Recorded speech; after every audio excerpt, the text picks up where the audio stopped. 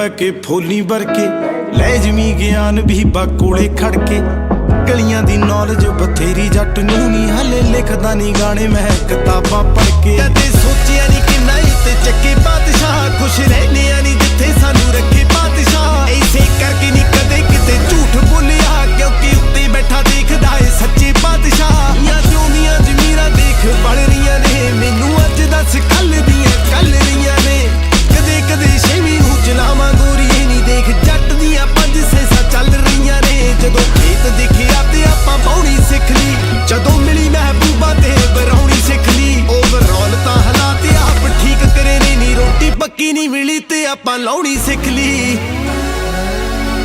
I know you motherfuckers been waiting for a minute. You know what I'm saying? Here for the boss. I like it too. This ain't your regular album. This that Malva Dwaba shit. This that I flew 7,000 miles from Punjab shit. Now this shit about to start. So fellas, grab your drink and spark your. This that motherfucking car odds are gonna steal girl type shit, motherfucker.